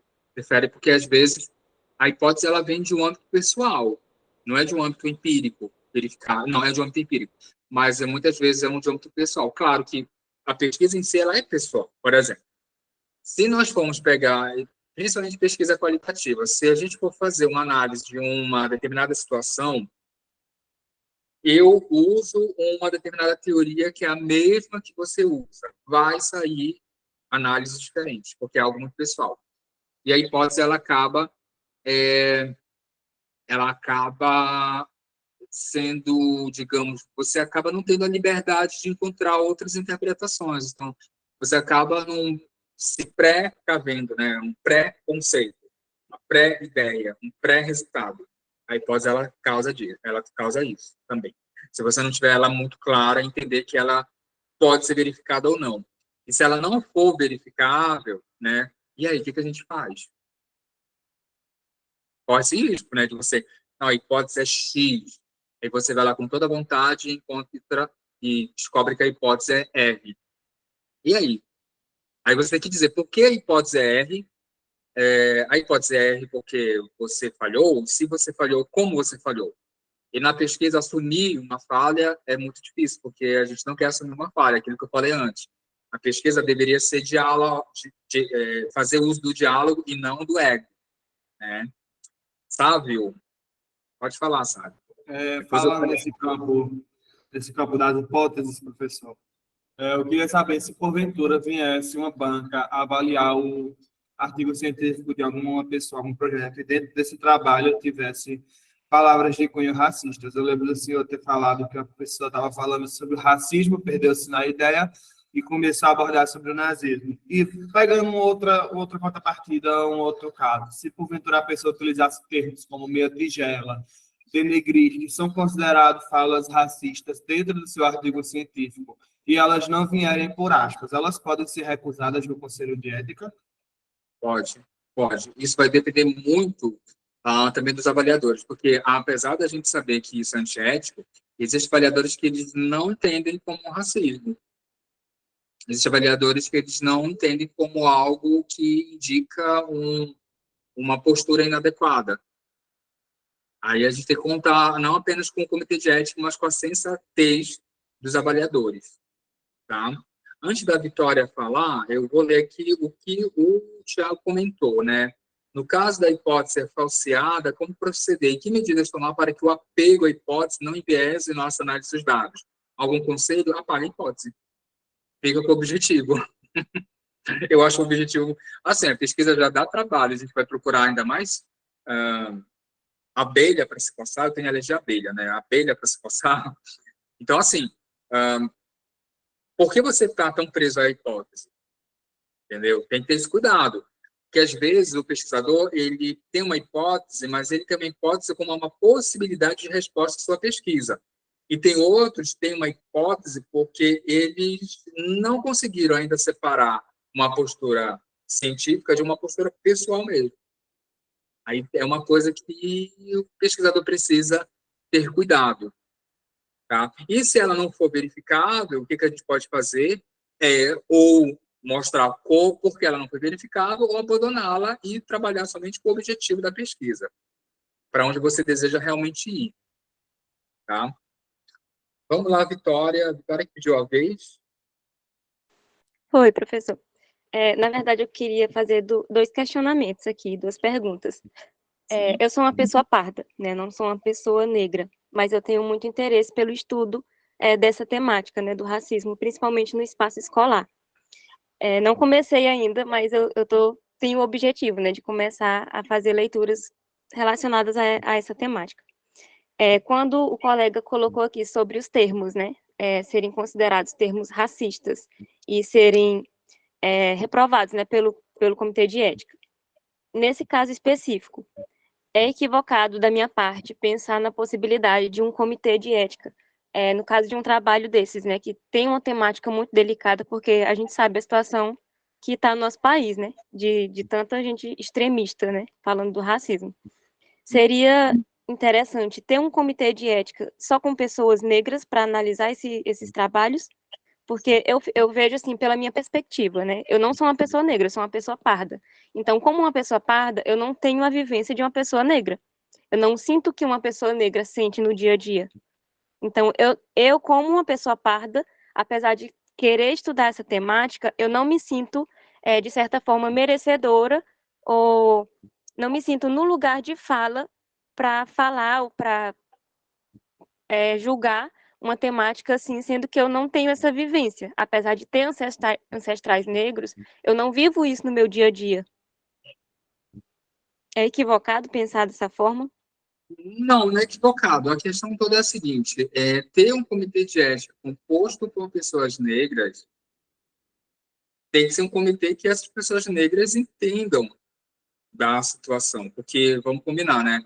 Existem algumas pessoas que elas estão numa situação que elas não têm consciência dessa situação, entendeu? Obviamente que se é um comitê de ética, são pessoas qualificadas para aquele comitê, então espera-se que um comitê de ética composto por pessoas negras entendam, discutem e façam valer essa discussão, né? Façam valer esse entendimento acerca do racismo, tá? Então, é uma coisa que, assim, nível de metodologia da pesquisa em escrita acadêmica, a gente não tem, mas é uma discussão bem interessante isso. O fato de você ser pardo, eu também sou pardo, não te proíbe de fazer uma pesquisa sobre racismo, não há proibição. O meu companheiro é branco, e também não vou dar um exemplo do meu companheiro que é branco, ele não, nada proíbe que ele faça uma pesquisa sobre racismo. Obviamente que ele não tem as dores, nem eu tenho essas dores, nem você como relator tem essas dores. Por outro lado, a gente deve entender que nós somos seres humanos. A cor da pele é um condicionamento que nós criamos, mas tirando essa cor, nós somos todos seres humanos, e a luta do racismo é justamente para nos entendermos como seres humanos, né? Se nós pegarmos três cachorros, ou três cachorros, um preto, um branco e um caramelo, os três vão brincar. E a pele do preto não vai incomodar a pele do branco, a pele do branco não vai incomodar a pele do caramelo, e a pele do caramelo não vai incomodar a pele dos outros dois. E eles não têm a razão que a gente tem. Então, nos falta a razão, né? Nesse caso, nesse exemplo que eu estou dando para vocês. Mas é interessante isso. Agora, é interessante um comitê de ética que faça valer o trabalho no comitê de ética, mesmo independente de serem negros ou não. Se forem, é até interessante que eles possam assim, trabalhar, né, nessa perspectiva mesmo, porque a gente precisa, de fato, nos reconhecer como seres humanos e deixar esse extremismo para o passado. Tá? É interessante. Eu faço essa pergunta porque, às vezes, a gente debate tanto, né, sobre essa questão de ser racismo ou não, de existir ali um crime ou não, que dentro desse discurso de tentar defender a luta, a gente acaba trazendo falas racistas, né? Eu fiz essa pergunta justamente por isso, porque às vezes eu penso que eu estou fazendo uma coisa legal, né? Que eu estou ajudando ali na luta, mesmo não sendo a pessoa negra. Às vezes a gente pensa que está ajudando e na verdade a gente está se colocando ali no lugar de opressor, da mesma forma que a branquitude, de uma forma geral. A questão do denegrir, judiar, são termos que realmente são inadequados, né?